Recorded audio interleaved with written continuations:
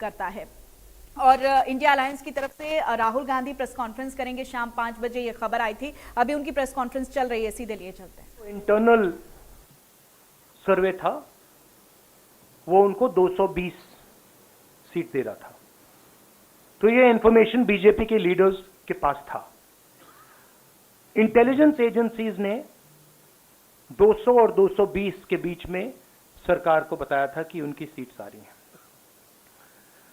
3 जून को stock market सारे record तोड़ देता है और 4 जून को खटाक से स्टॉक मार्केट अंडरग्राउंड चला जाता है।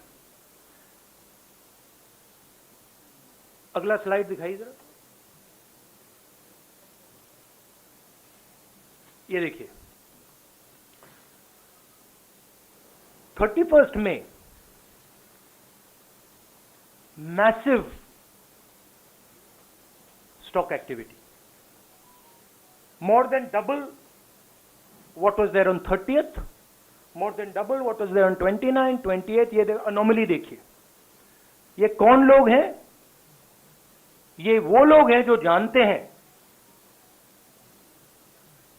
कि कोई ना कोई घपला हो रहा है। हजारों करोड़ रुपए यहां पे इन्वेस्ट हुए हैं, फॉरेन इन्वेस्टर्स ने इन्वेस्ट किए हैं, और उसके बाद 30 लाख करोड़ रुपए का लॉस होता है। किसका लॉस होता है? रिटेल इन्वेस्टर्स का लॉस होता है।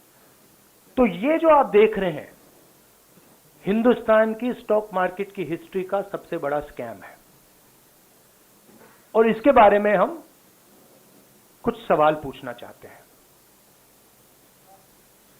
पहला सवाल, why did PM and HM give specific investment advice to the 5 crore families investing in the stock market?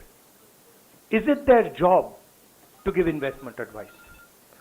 Second, why both interviews were given to the same media house owned by the same business group, which is also under SEBI investigation for manipulating stock market? Third, what is the connection between the BJP, the fake exit pollsters, and the dubious foreign investors who invested one day before the exit polls were announced and made a huge profit at the cost of 5 crore families? We demand a JPC into this. We are absolutely convinced that this is a scam. Somebody has made thousands of crores of rupees at the cost of Indian retail investors, and the Prime Minister and the Home Minister have given an indication to buy. And this is a criminal act. So we demand today a joint parliamentary committee to investigate this. मैं हिंदी में बोल देता हूं। प्रधानमंत्री ने देश की जनता को इन्वेस्टमेंट एडवाइस क्यों दी, और 5 करोड़ परिवारों को जो इन्वेस्ट करते हैं उनको प्रधानमंत्री ने, होम मिनिस्टर ने स्टॉक खरीदने का आदेश क्यों दिया? दूसरा, दोनों इंटरव्यूज जो किए गए थे वो अदानी जी के जो चैनल्स हैं उनको दिए गए थे। उन पर सेबी का इन्वेस्टिगेशन हो रहा है, तो उन चैनल्स का क्या रोल है? और बीजेपी के बीच में जो फेक एग्जिट पोलस्टर्स हैं और ये जो फॉरेन इन्वेस्टर्स हैं, इनके बीच में क्या कोई रिश्ता है? और अगर रिश्ता है तो क्या है? हम जेपीसी चाहते हैं, हम इन्वेस्टिगेशन चाहते हैं, और देश इसकी सच्चाई जानना चाहता है। धन्यवाद। शुक्रिया राहुल जी। साथियों, अभी अभी राहुल जी ने आपको स्पष्ट तरीके से क्रोनोलॉजी समझ लिया है। बार बार गृह मंत्री कहते थे अब क्रोनोलॉजी समझिए। आज राहुल जी ने देश को क्रोनोलॉजी समझाया है। इसके ऊपर अगर आपके सवाल हैं तो एक एक करके आप पूछेगा, एक एक करके। I haven't said the chronology in English, so I'll say the chronology in English. 13th May 2024, the Home Minister says, buy shares before 4th of June. This is a clear indication to retail investors and others to buy stock. 19th May, for the first time, and then repeatedly until the 28th May, the Prime Minister says that the stock market is going to break records on 4th June. Finally, on 1st June, completely fictitious exit polls are released. These investors are given a completely wrong impression. And on the 3rd of June, as we all know, the stock market breaks all records and then crashes on the 4th of June.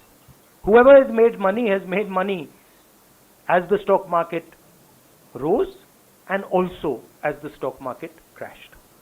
And we are interested in having a joint parliamentary committee, a JPC, to investigate the role of the Prime Minister, the role of the Home Minister, role of BJP members, and also those people who have done these fake exit polls. And finally, we want to understand who are the people, these foreign investors, who did these trades. So we want an investigation for that. शुक्रिया राहुल जी। हाँ संजय। राहुल जी, इससे पहले भी आपने Adani issue पे JPC पिछली लोकसभा में मांग की थी, तो क्या आप चाहेंगे कि ये इशू और हिंडनबर्ग इशू दोनों कंबाइन हो और दोनों की जांच हो? ये जो इशू है, this is a broader issue than just the Adani issue. It is connected to the Adani issue, but this is a much broader issue. This is directly the Prime Minister of India, Home Minister, who are privy to data on actual election results, who have IB reports, who have their own data, who are advising retail investors to buy stock on the 4th. This has never happened before. And by the way, the Prime Minister has never commented on stock market before this. This is the first time the Prime Minister has commented, very interestingly, and multiple times, one after the other, saying that stock market is going to boom, stock market is going to boom, stock market is going to boom. And at the same time, he has information that the exit polls are wrong. He has information that he knows what is going to happen because he has IB data and he also has his own party data. हाँ जी रवि। कई चैनलों ने मिलकर ये सब चीज किया है, जिस तरह से एग्जिट पोल करके लोगों को गुमराह किया है, जिस तरह से शेयर बाजार में सारा कुछ हुआ है। जी न्यूज ने भी इस मामले को उठाया है और बताया है, और आपके कहने का सीधा अर्थ है कि अडानी को इसका फायदा उठाने के लिए किया गया है? नहीं, मेरा कहने का ये अर्थ है कि उसमें अदानी इन्वॉल्व हो सकता है, मगर ये अदानी से बहुत बड़ी चीज है। इसमें बीजेपी के सबसे बड़े नेताओं ने कहा है, रिटेल इन्वेस्टर्स को मैसेज दिया है कि आपको स्टॉक खरीदना चाहिए। उनके पास इंफॉर्मेशन थी कि एग्जिट पोल्स गलत हैं, उनके पास इंफॉर्मेशन थी कि बीजेपी को फुल मेजॉरिटी नहीं मिलने वाली है, और वो जानते थे 3 जून को और 4 जून को क्या होने वाला है। कितने का? 30 लाख, कितना 30 लाख करोड़ का नुकसान हुआ है। कितने का? 30 लाख करोड़ रुपए का नुकसान हुआ है और हजारों लाखों करोड़ रुपए का चुने हुए लोगों को फायदा हुआ है। और हम इंक्वायरी चाहते हैं प्रधानमंत्री पर, होम मिनिस्टर पर, जिन्होंने एग्जिट पोल किया उन पर, और ये जो फॉरेन इन्वेस्टर्स हैं उन पर। हाँ शेमिन।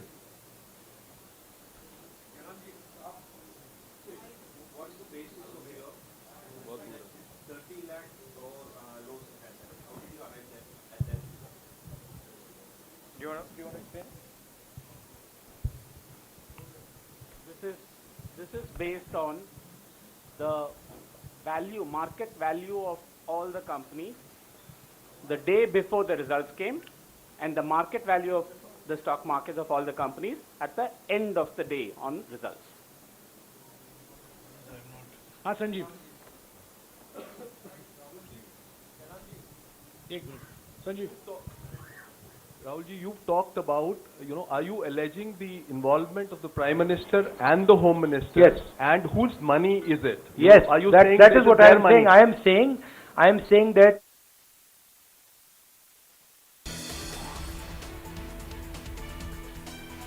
बयान सामने आया। पीएम मोदी ने शेयर बाजार पर टिप्पणी की। राहुल गांधी की तरफ से प्रेस कॉन्फ्रेंस में कहा गया कि गृह मंत्री, वित्त मंत्री ने भी शेयर बाजार पर टिप्पणी की है। 4 जून को शेयर बाजार बुरी तरह से गिरा। हम जेपीसी जांच की मांग करते हैं। राहुल गांधी की तरफ से प्रेस कॉन्फ्रेंस की गई दिल्ली में, जहां शेयर बाजार को लेकर उन्होंने ये बड़ा बयान दिया। पूरे मामले की जेपीसी जांच हो। पीएम मोदी ने शेयर बाजार पर टिप्पणी की।